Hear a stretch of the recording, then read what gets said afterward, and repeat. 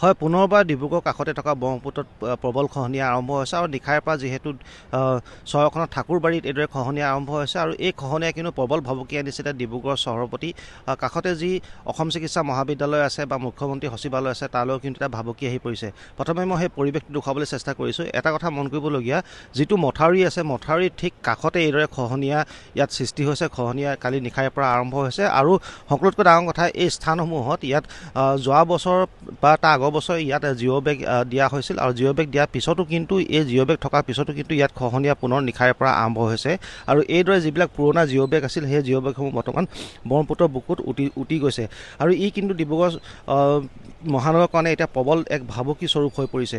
আমি নিশাৰ পৰাই দেখিছিলোঁ যে জিঅ' বেগ দি অস্থায়ী কিছু ব্যৱস্থা ইয়াত গ্ৰহণ কৰা হৈছে খহনীয়া ৰোধৰ বাবে আৰু কিন্তু এই ব্যৱস্থাই কিমানখিনি ফলপ্ৰসূ হয় সেয়া কিন্তু সময়তহে গম পোৱা যাব, কাৰণ ইয়াৰ পূৰ্বেও আমি দেখিছিলোঁ যে জিঅ' বেগ দি খহনীয়া ৰোধৰ চেষ্টা কৰা হয় কিন্তু কোনো ধৰণৰ তাৰপৰা ফলপ্ৰসূ এটা ভাল ফল পোৱা নাই, যাৰ ফলত পুনৰ এনেদৰে এতিয়া খহনীয়াৰ সৃষ্টি হৈছে নিশাৰ পৰাই।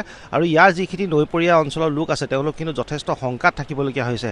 ব্ৰহ্মপুত্ৰ এতিয়া ফেনে ফুটুকাই বাঢ়ি আহিছে আৰু ব্ৰহ্মপুত্ৰৰ জলস্তৰ কিছু পৰিমাণে যেতিয়া কম হয় তেতিয়া এনেধৰণৰ খহনীয়া এক কালৰূপ দেখা পোৱা যায়।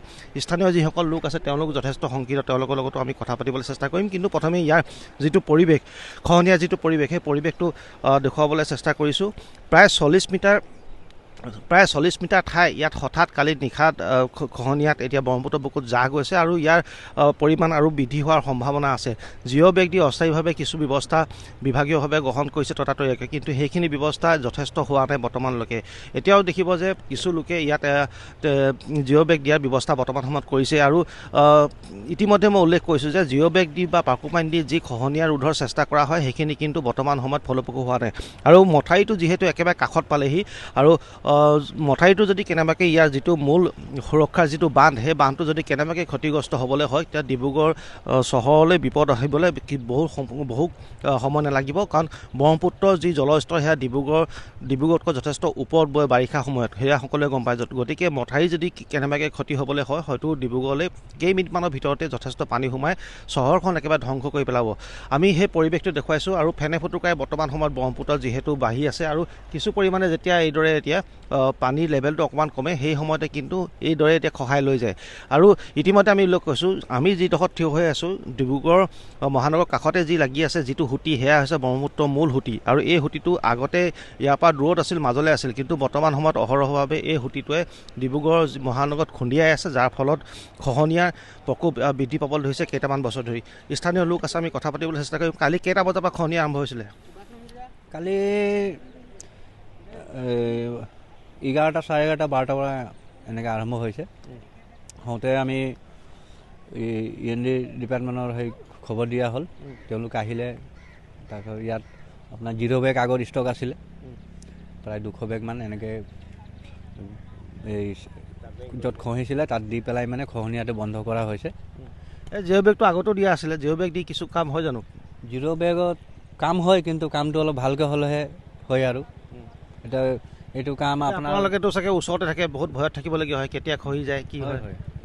আমিতো ছাৰ ভয়ততো থাকিবলগীয়া হয়, কিন্তু মানটো যদি কিবা এটা হয় তেনেহ'লে ডিব্ৰুগড় ওচৰতে মেডিকেল কলেজ আছে, ডিব্ৰুগড় সেই ইউনিভাৰ্চিটি আছে, সেইকাৰণে কামটো অলপ ভালকৈ হ'লে ভাল আৰু নিশ্চয় কামটো ভালকৈ হ'লে ভাল, সেয়া তেওঁলোকে কৈছে। কাৰণ নৈপৰীয়া যিসকল ৰাইজ আছে তেওঁলোকে যথেষ্ট শংকাত দিন পাৰ কৰিবলগীয়া হয় এনেধৰণৰ যেতিয়া খহনীয়া সৃষ্টি হয়।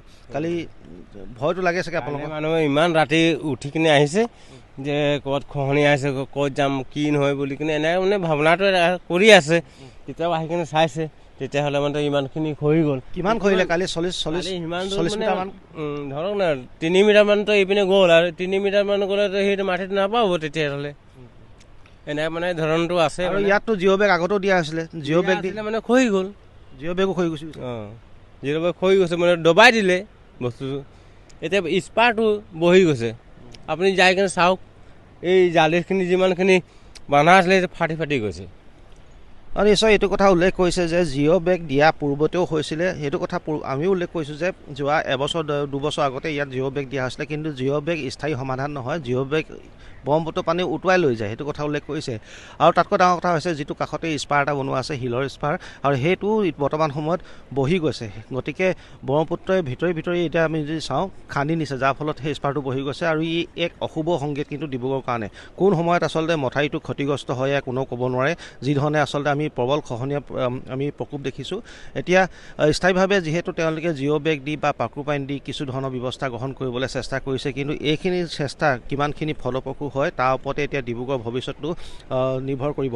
আৰু এইদৰে আমি দেখিছোঁ যে খহনীয়া যথেষ্ট এটা কালৰূপ, আৰু কালি দিখাৰে পৰা পুনৰ ডিব্ৰুগড়ৰ ঠাকুৰবাৰী যি অঞ্চল আছে, যি মেডিকেল কলেজৰ সমীপৰ এক অঞ্চল, সেই অঞ্চলত এতিয়া এইদৰে খহনীয়া আৰম্ভ হৈছে। আৰু এইটো এটা গুৰুত্বপূৰ্ণ অঞ্চল, কাষতে মুখ্যমন্ত্ৰী সচিবালয় আছে, অসম চিকিৎসা মহাবিদ্যালয় আছে, গুৰুত্বপূৰ্ণ কেইবাটাও স্থান আছে।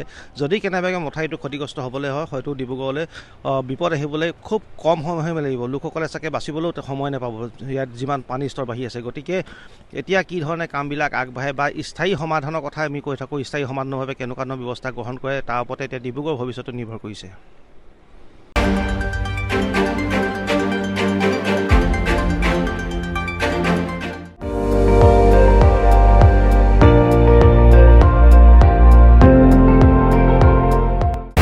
আপুনি চাই আছে ND24, সৰ্বশ্ৰেষ্ঠ নহয় সৰ্বোত্তমৰ দৌৰ।